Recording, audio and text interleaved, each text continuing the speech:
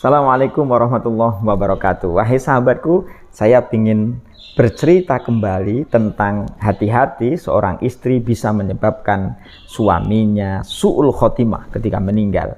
Kalau kemarin saya bercerita tentang Alqamah, diceritakan oleh Anas bin Malik. Ini cerita tentang Abdullah bin Salam yang diceritakan oleh Ali bin Abi Thalib.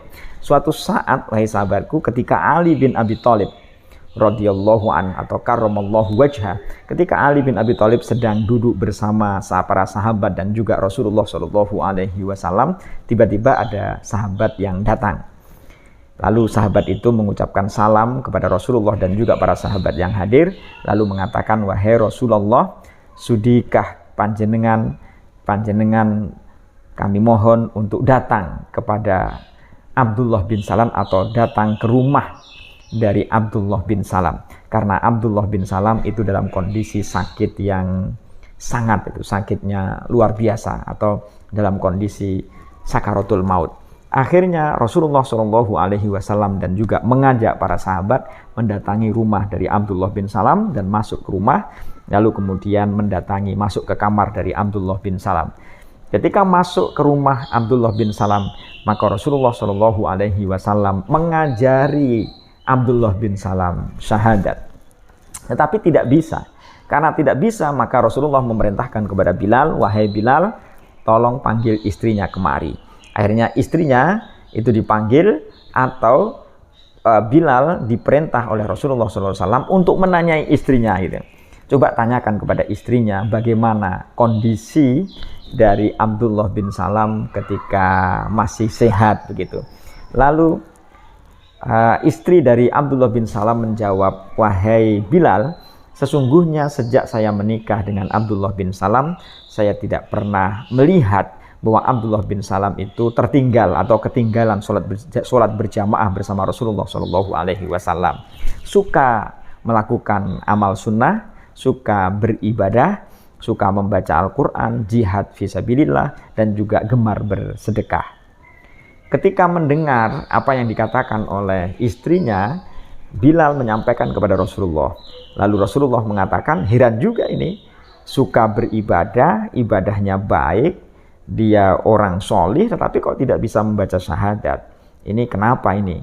Lalu Rasulullah bertanya kepada Bilal, coba tanya kembali kepada istrinya, apakah si Abdullah bin Salam masih memiliki seorang ibu? Lalu dijawab oleh istri dari Abdullah bin Salam bahwa dia masih memiliki ibu. Lalu Rasulullah memerintahkan kepada Bilal supaya mendatangi si ibu dari Abdullah bin Salam. Ketika sampai kepada ibu dari Abdullah bin Salam, maka Bilal menceritakan bahwa kondisi Abdullah bin Salam semacam itu, dan semoga ibu mau mendatangi rumah, bisa sowan kepada Rasulullah SAW yang sekarang berada di rumahnya Abdullah bin Salam. Tetapi ibunya tidak mau. Saya tidak mau, karena hatiku masih sakit. Hati saya masih sakitnya tuh di sini gitu, terhadap anak saya namanya Abdullah bin Salam.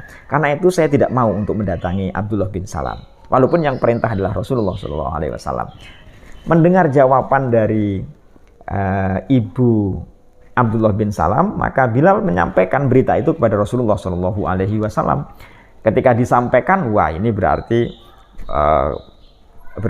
berat banget ini. Kalau begitu, lalu Rasulullah memerintahkan kepada Ali bin Abi Thalib dan juga Umar bin Khattab. Gitu. Umar bin Khattab dan Ali bin Abi Thalib akhirnya mendatangi sang ibu. Lalu si Ali bin Abi Thalib dan juga Umar bin Khattab itu agak memaksa kepada ibu dari Abdullah bin Salam, mau atau tidak mau, ibu harus ikut ke rumah, ikut bersama kami ke rumah Abdullah bin Salam, anak panjenengan, untuk bertemu dengan Rasulullah Shallallahu Alaihi Wasallam. Sesampai di rumah Abdullah bin Salam, lalu Rasulullah mengatakan, coba wahai ibu, lihat anakmu. Lalu sang ibu masih mengatakan, masih sakit hatinya, saya tidak ridho, saya tidak memaafkan dari anak saya yang dinamakan Abdullah bin Salam itu. Karena anak saya Abdullah bin Salam ini menghina saya, mengusir saya dari rumahnya, dan bahkan memukuli saya. Anak saya Abdullah bin Salam, saya ulangi, itu menghina saya, memukuli saya dan mengusir saya dari rumahnya. Dia, anak saya, Abdullah bin Salam, lebih mementingkan istrinya daripada saya. Lebih menyayangi istrinya daripada saya. Karena itu saya tidak rela, saya tidak ridho, dan saya belum memaafkan anak saya ini, kesalahan saya, anak saya. Hatiku masih sakit. Sakitnya tuh di sini. Lalu Rasulullah Shallallahu Alaihi Wasallam, wahai ibu, semangkel apapun ibu, semarah apapun ibu, tapi tolonglah untuk kesempatan kali ini, maka maafkanlah anak ibu ini, maafkan anak ibu. Maka hati sang ibu juga tersentuh. Karena hatinya tersentuh, akhirnya memaafkan sang anak namanya Abdullah bin Salam. Ketika dimaafkan itu, maka Rasulullah pun menuntun syahadat, menuntun kalimatus syahadah kepada si Abdullah bin Salam. Dan setelah dimaafkan oleh ibunya, yang awalnya ketika disuruh membaca kalimatus syahadat nggak bisa itu. Ketika ibunya masih mangkel nggak bisa membaca kalimatus syahadat, nggak bisa. Tetapi ketika ibunya telah memaafkan, maka Abdullah bin Salam bisa mengucapkan kalimatus syahadat dan meninggal. Dan ketika meninggal dikuburkanlah itu, dikafani, dimandikan, dikafani, disolati, dan kemudian dibawa ke kuburan, dikuburkan.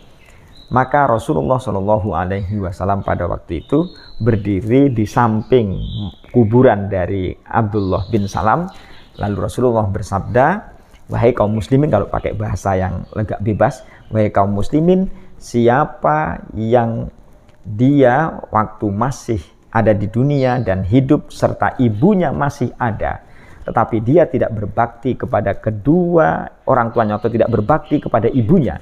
Kalau dia tidak berbakti kepada ibunya, maka matinya dia adalah mati kafir. Masya Allah. Wahai sahabatku, sahabat Rasulullah Shallallahu Alaihi Wasallam Alqamah mengalami nasib yang sama, tidak bisa membaca syahadat ketika mau meninggal. Dikhawatirkan su'ul khotimah. Abdullah bin Salam juga hampir mirip ceritanya yang sama. Nah, karena itulah maka seorang istri, ini lagi-lagi istri, harus memiliki sikap yang bijaksana. Seorang suami harus memiliki sikap yang bijaksana.